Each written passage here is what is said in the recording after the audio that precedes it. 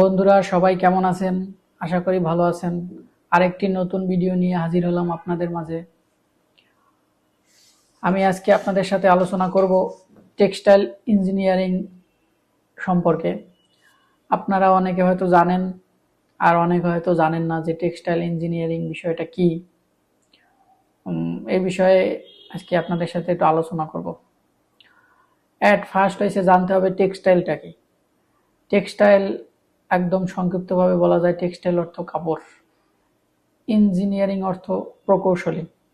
Textile প্রকৌশলী মানে হলো যে কাপড় তৈরি করার পুরো প্রসেস যারা হ্যান্ডেলিং করে তাদেরকেই টেক্সটাইল ইঞ্জিনিয়ারিং বলা হয়।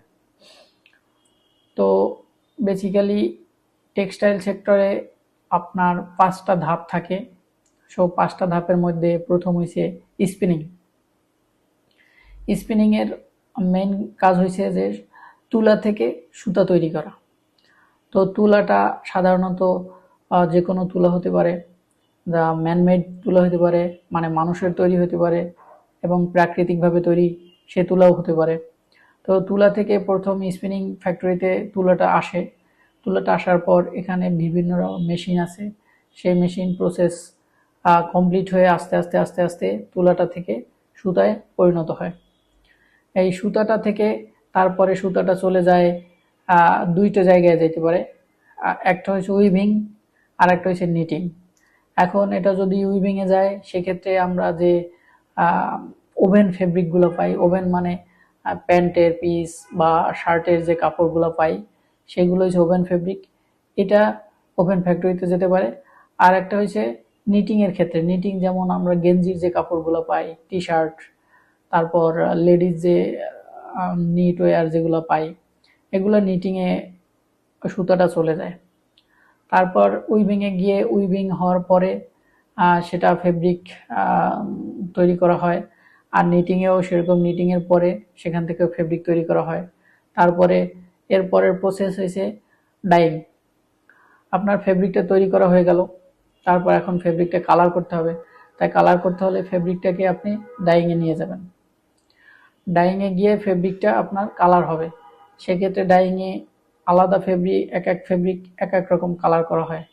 যেমন যদি পলিস্টার ফেব্রিক হয় তাহলে পলিস্টার একরকম কালার করা হয়, কটন ফেব্রিক হলে কটন অন্যরকম কালার করা হয়। সেরকম ফেব্রিক বা কি সুতা দিয়ে তৈরি করা হয়েছে সেই অনুযায়ী আপনার কালার সেট করা হয়। তো কালার কমপ্লিট হওয়ার পরে আমরা কালারের পরে ফিনিশিংয়ে চলে যাব। ফেব্রিক কালার কমপ্লিট হয়ে গেছে, এখন ফেব্রিকটা ফিনিশ করতে হবে।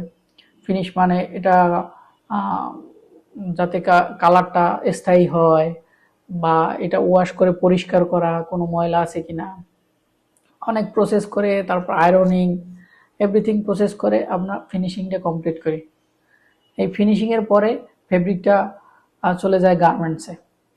তো গার্মেন্টসে যাওয়ার পরে গার্মেন্টস ওই ফেব্রিকটা নিয়ে কাটিং করে, মেজারমেন্ট অনুযায়ী কাটিং করে যে টাইপের গার্মেন্টস প্রয়োজন সেই টাইপের গার্মেন্টস তৈরি করে।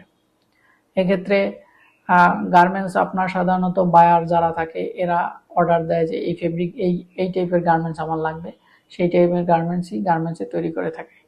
তারপরে আপনার তৈরি করা হয়ে গেলে এক্সপোর্ট করে, যে কোনো দেশে, সব দেশেই এক্সপোর্ট করে।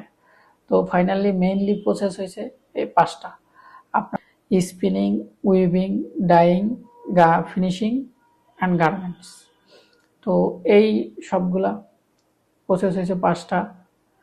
স্পিনিং, তারপর উইভিং বা নিটিং, তারপর ডাইং, তারপর ফিনিশিং, তারপর গার্মেন্টস।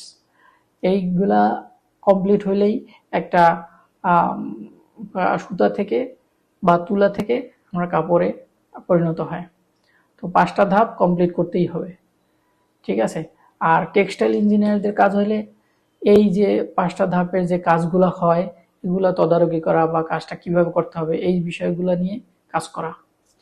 তো বন্ধুরা, আমি আজকে মোটামুটি চেষ্টা করলাম আপনাকে বুঝাতে যে টেক্সটাইল ইঞ্জিনিয়ারিং বা এই বিষয়টা কি। আপনারা যদি কিছু হয়তো বুঝে থাকেন তাহলে অবশ্যই আমার চ্যানেলটিকে সাবস্ক্রাইব করবেন। আর যদি কোনো প্রশ্ন থাকে আপনি কমেন্টে করে যেতে পারেন, আমি চেষ্টা করব এর উত্তর দিতে। তো ধন্যবাদ, সবাই ভালো থাকবেন। টাটা।